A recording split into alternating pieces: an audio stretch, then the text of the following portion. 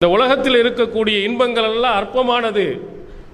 மிக உயர்ந்த அந்த ஜன்னத்தில் கிடைக்கக்கூடிய அந்த இன்பங்களுக்கு நீங்கள் ஆசைப்படுங்கள், போட்டி போடுங்கள்.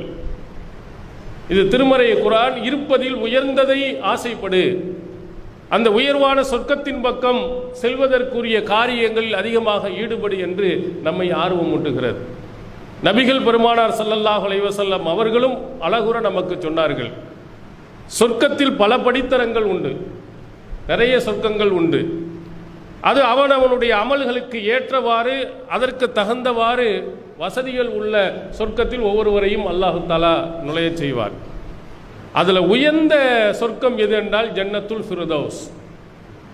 அதுதான் ரசூல் ஸல்லல்லாஹு அலைஹி வஸல்லம் நமக்கு குறிப்பிடும் பொழுது, ஃபைதா ஸஅல்துமுல்லாஹ் ஃபஸஅலூஹு அல் ஃபிர்தௌஸ் ஃபஇன்னஹு அவ்ஸத்துல் ஜன்னா வ அலல் ஜன்னா.